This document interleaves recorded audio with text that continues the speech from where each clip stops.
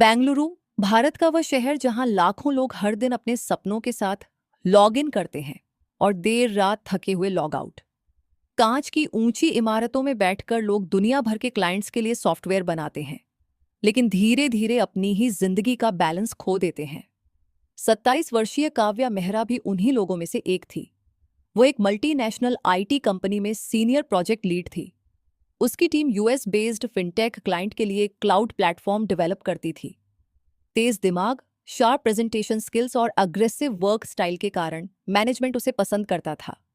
लेकिन एक सच यह भी था कि टॉक्सिक वर्क कल्चर ने धीरे धीरे उसे बदल दिया था। अब वह सिर्फ उस कल्चर का शिकार नहीं थी, बल्कि खुद उसका हिस्सा बन चुकी थी। उसका पति आदित्य भी एक सॉफ्टवेयर आर्किटेक्ट था।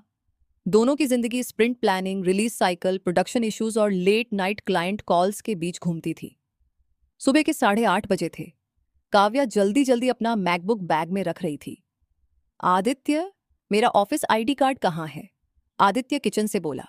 डाइनिंग टेबल पर, और प्लीज ब्रेकफास्ट करके जाओ। डेली स्टैंड अप के लिए ऑलरेडी लेट हूं। तुम 3 दिन से प्रॉपर खाना नहीं खा रही, काव्या ने इरिटेशन में कहा।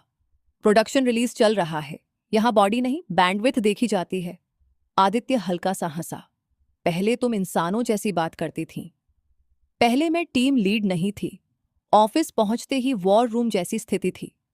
कॉन्फ्रेंस रूम में स्क्रीन पर लाल रंग में कई इश्यूज फ्लैश हो रहे थे।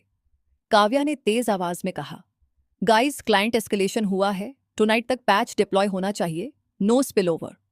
एक जूनियर डेवलपर डरते हुए बोला, मैम, क्यूए टीम ने अभी टेस्टिंग कंप्लीट नहीं की। तो करवाओ complete.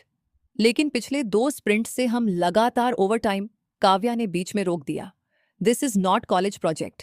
If you can't handle pressure, resign कर दो। कमरे में सन्नाटा छा गया। मीटिंग के बाद उसकी कलीग रिया उसके पास आई। तुम नोटिस करती हो, तुम बिल्कुल हमारे डिलीवरी मैनेजर जैसी बनती जा रही हो। काव्या लैपटॉप खोलते हुए बोली, and he is getting promoted next quarter. Riya ने धीरे से कहा, लेकिन तुम खुद उसी टॉक्सिक इकोसिस्टम का हिस्सा बन गई हो जिससे तुम पहले परेशान रहती थी। काव्या कुछ सेकंड चुप रही, फिर बोली, कॉर्पोरेट में सरवाइव करना है तो इमोशंस अनइंस्टॉल करने पड़ते हैं।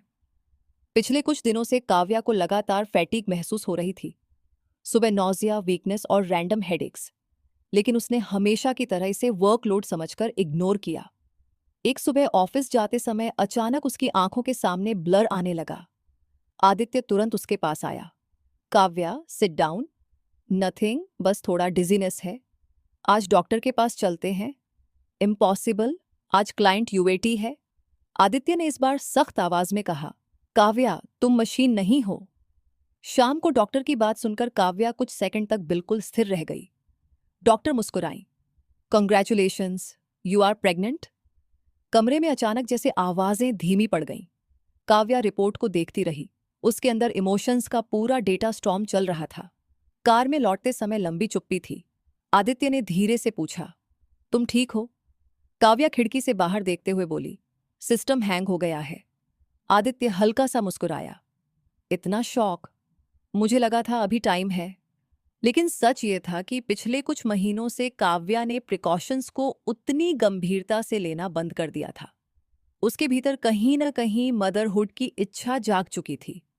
उसे लगता था कि अगर वह हमेशा परफेक्ट टाइमिंग का इंतजार करती रही तो जिंदगी सिर्फ डेडलाइंस में निकल जाएगी। उसने सोचा था बाद में आदित्य को कन्विंस कर लेगी। रात को बैल्कनी में दोनों चुप बैठे थे। आदित्य ने धीरे से कहा, honestly, I am scared. Why? हमारी करंट लाइफस्टाइल देखो, late night calls, unstable schedules, zero work life balance. Kavya ने उसकी बात काट दी। परफेक्ट स्टेबिलिटी कभी नहीं आती, लेकिन बच्चा कोई साइड प्रोजेक्ट नहीं होता। काव्या उसकी तरफ मुड़ी।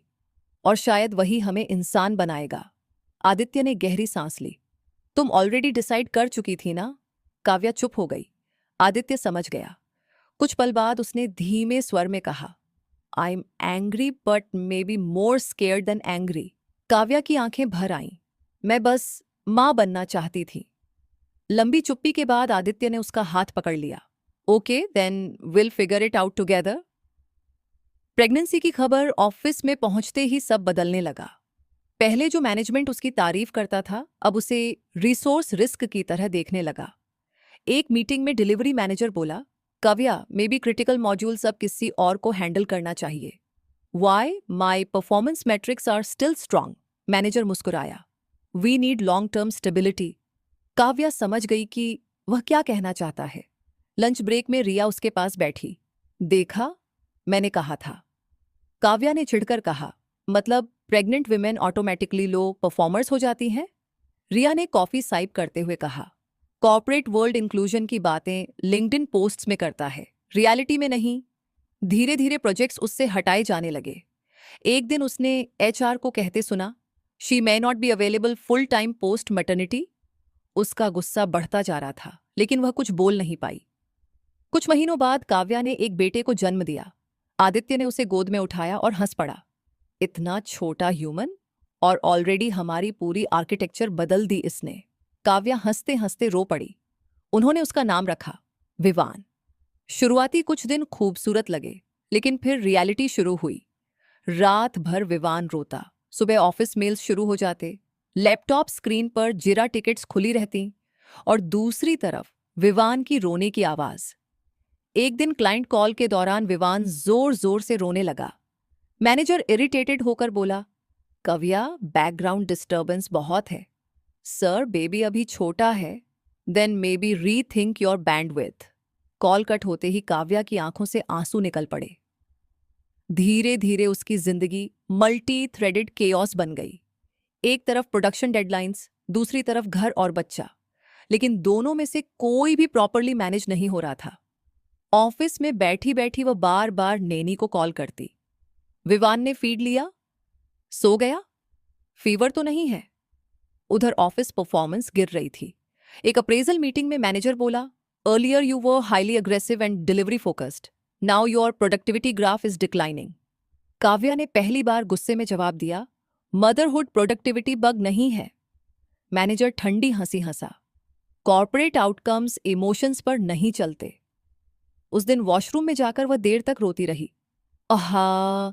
उस शाम ट्रैफिक में फंसी हुई काव्या ब्लैंक होकर विंडशील्ड को देख रही थी। घर पहुंचकर उसने देखा, नैनी फोन स्क्रॉल कर रही थी और विवान लगातार रो रहा था। काव्या ने उसे गोद में उठाया और अचानक खुद भी रो पड़ी। मैं नहीं कर पा रही ये सब। आदित्य घबरा गया। काव्या, ऑफिस में फेल हो रही हूं, घर में फेल हो रही हूं। हे, काम डाउन।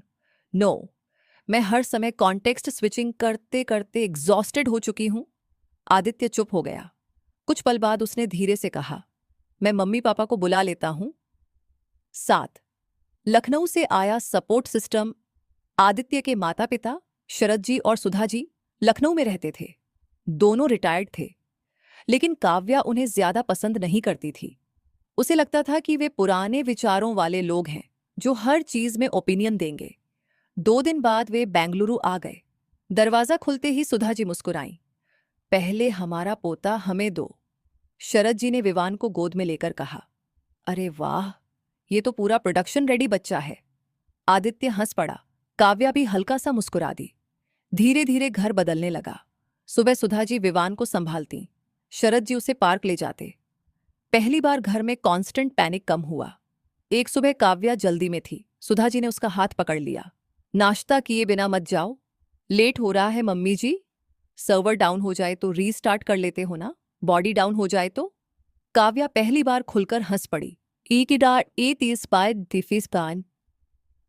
एक रात बालकनी में शरद जी उसके पास बैठे। बहुत सोचती हो? काव्या हल्का सा मुस्कुराई। आईटी सेक्टर ओवरथिंकिंग फ्री में देता है। शरद जी हंसे। और जिंदगी की सिंपलिसिटी अनइंस्टॉल कर देता है। कुछ पल बाद काव्या बोली, अगर मैं स्लो हुई तो करियर पीछे रह जाएगा। शरद जी शांत स्वर में बोले, बेटा, जिंदगी कोई स्प्रिंट नहीं है, ये लॉन्ग टर्म मैराथन है। काव्या चुप रही। शरद जी आगे बोले, करियर का ग्रोथ चार्ट बाद में फिर ऊपर जा सकता है, लेकिन बच्चे का बचपन वंस डिलीटेड, परमानेंटली गॉन। उनकी बात उसके दिल में उतर गई। या पेन शेफ। धीरे धीरे काव्या ने खुद को बदलना शुरू किया। उसने अननेसेसरी ओवरटाइम कम किया, हर एक्स्ट्रा एस्केलेशन लेना बंद किया। एक दिन मैनेजर ने ताना मारा, you are losing your edge. Kavya शांत स्वर में मुस्कुराई, no sir, I am just optimising priorities. शाम को घर लौटते समय उसने देखा आदित्य किचन में डिनर बना रहा था। सुधा जी विवान को सुला रही थीं और शरद जी खिलौनों की बैटरी बदल रहे थे। घर में हल्की हंसी गूंज रही थी। काव्या कुछ पल दरवाजे पर खड़ी सब देखती रही। रात को आदित्य उसके पास आया। क्या सोच रही हो? काव्या ने विवान को देखते हुए कहा। पहले मुझे लगता था लाइफ का मतलब सिर्फ ग्रोथ, पैकेज और प्रमोशंस है, और अब लगता है स्टेबिलिटी भी सक्सेस होती है। आदित्य मुस्कुराया। फाइनली तुम कॉर्पोरेट लैंग्वेज से बाहर आ गई। दोनों हंस पड़े। बारिश धीरे धीरे हो रही थी। काव्या ने सोते हुए विवान के माथे को चूमा और बहुत दिनों बाद उसे महसूस हुआ, जिंदगी की रफ्तार धीमी जरूर हुई है, लेकिन पहली बार सही दिशा में चल रही है।